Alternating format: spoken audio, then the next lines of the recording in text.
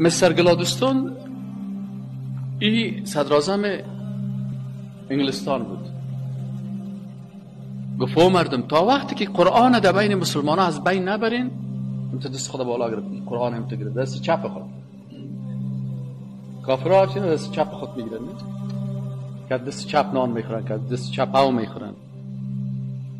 قرآن همی قسم گرفت که تا کی از بین نبرین شما سر مسلمان ها کامیاب نمیشین. یک عسکرش خیست این در مقابل همین قوای نظامی خود گپ میزد، از اون بین یک عسکر دویده در پیش از آمد و همین قرآن گرفت پاره کرد و طرف و مستر گلادستون برش گفت که احمق، میره نمیخواستم که شما قرآن بگیرین پاره کنین. هدف می نیست از بین بردن قرآن از سینه های مسلمان ها از بین ببریم. و تو کارهایی بکنین که مسلمان مشغول شوه. تو کار برش بکن که خودش کل وقت خود برای موبایل خود بده، برای فیلم بده، برای تلویزیون بده.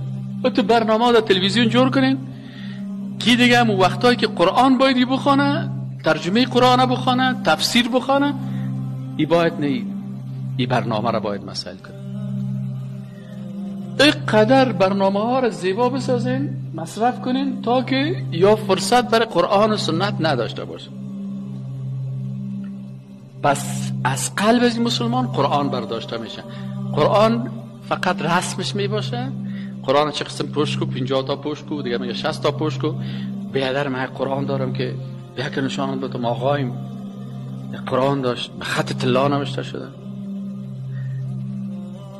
والا این قرآن که از مثلا یک آنجا بری تو بیا استاد که نشانت بدم، خب ماشاءالله تو بخوان که چی نوشته کرده. والا ببخشید نمی خواندنش یاد ندارم، اما خط طلایش یاد دارم. از اول وقتی که از افغانستان که یک جوان حرکت میکنه، مجردی که جوان از افغانستان حرکت میکنه میگه ایره اول سر مغز ازی کار کن. در ترکیه در جایی که یا میمانند، در فلانی جای میمانند، در کمپا میمانند، راید بند است، قبول نمیشی، مشکلات بر داری بازی هیچ چطور کنم با چند تا کشیش ها میبرش میگه که شیطان پرست ها میبرش، برنامه های دیگی که دارن یا بش میگه اگر تو بوی من شیطان پرست هستم باز برای تو چی دادم میشه؟ قبولی دادم میشه. کشیش ها بش میگه که اگر اسلام ترک میکنی نصرانی میشی، اون طرف ما امکانات داریم. پس این حال مشغول ساختن مسلمان دا چی است؟ در خود هندوستان هم که بیری یک 20 تا خواننده خوبش است، یک 20 نفر خواننده است، خواندن میکنه و دیگر ها که هست هر کس در طب و در انجینری دیگر است.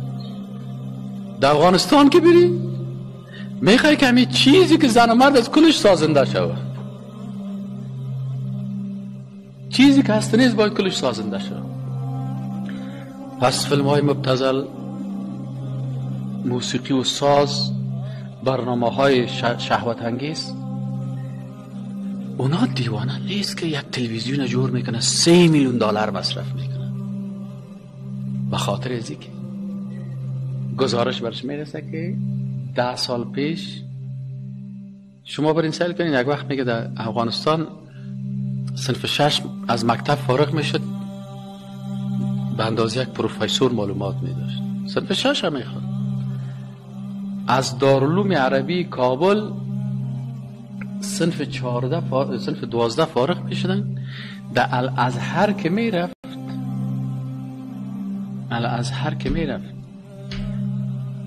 علمای ازو برش میفت که اوه یه قدر عالم است که ما برای در زاده نمیتونیم. این صنف 12 دارالعلوم خوانده. اما حالت میکنه که مثلا ماستری در شرایط داره، ضربا رو یاد نداره، مبتدا و خبر درست نمیفهمه، سویه علمی را چرا چی گپ است؟ این برای جاهل ساختن مردم. امروز از صنف 12 فارغ میشه، خطش خراب است. از پانتون فارغ میشن، سویه علمی چی میشه؟ پایین پایین پایین پایین. چرا سویه علمی پایین شده؟ به خاطر از اینکه جوان بیچاره دمیرام که ببینی گوشکی در گوشش از طرف مکتبم که میره تو حتن کده میرم، تو شانه‌کاشم تو دانکس کده میره. در صنفم که سهل کنی این شاگرد که از دیگه بلوتوت است، معلم قرار سر تخته درس میده. بسیاری وقتا شاگرداست بر ما میگه بیا استاد سایکو عکس صنف نشان بده. تو بیا به صنفتان چی که بود؟ میگه تو بیا نگاه عکسایتن. معلم قرار اونجا معادلات ریاضیکی رو کار میکنه، شاگردش اینجا قرار پلشان در فیسبوک برازو بلوتوت میکنه و برازو میکنه و برازو میکنه و برازو میکنه. سپیان الله رای کنه برات بازو برازو فیلم روان میکنه روان میکنه. خلاص این حال وقتی گزارش میگیرن که ما چی کار کردیم، سویه علمی از اینا رو چی ساختیم، پایین ساختیم که فارغ پانتون هست، ماستری داره، دکترا داره، لکن سویش از صنف 12 کده چی است؟ پایین تر است. از این خاطر عرب ها میگفتن استعمار یعنی استحمار. یک استاد ما میگفت استحمار، در ما درس میدن هیچ استعمار نمیگفت. آخر گفتیم دکتر لماذا لا تقول استعمار و تقول استحمار؟ استعمار نیست، استعمار به معنای آباد کردن است. یا آباد نمیکنن یا چی میکنن؟ حمار جور میکنن، مرکب جور میکنن با سر اینی ملت که ایوان صفت شدن بخوریم بنوشیم خواب کنیم فیلم سعی کنیم برقصیم، دی توی بریم، دی شب جمعگی بریم، دی خیرات بریم، دی خوراک بریم، کل عمر دینمی تیر میشن. یکی وطن ما چطور است، یکی اسلام چطور است، یکی قرآن چطور میشه، یکی اولاد ما چیخ میخوانه، یکی نماز میخوانه یا نمیخوانه، هیچ چیز دیگه پا نیست. و کل چیز که است استعمار اهل سرزمین است. پس جهالت است، از قرآن بیخبر، از دین بیخبر. کل گپ سر چی هست؟ سر قوم و قوم پرستی هست. یک نفر در عقیده دکترا داره اما عضو از کمونیستی است. چرا؟ فکر نیست، دانش نیست، علم نیست. اونقدر قوم پرستی در وجود از این هست که میفهمه اینمی کافر قوم است. در پالی از استاد. پس یکی از روش‌های خطرناک جنگ فکری چی است؟ جاهل سازی.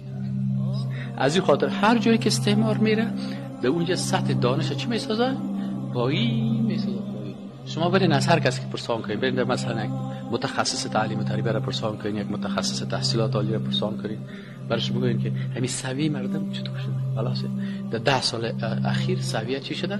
پایین آمده، تحت صفر. قرآن شناسی چطور شده؟ ضعیف است، ضعیف. حدیث چطور است؟ حدیث ولی پولی از این استعمار کار میکنه، تفرقه و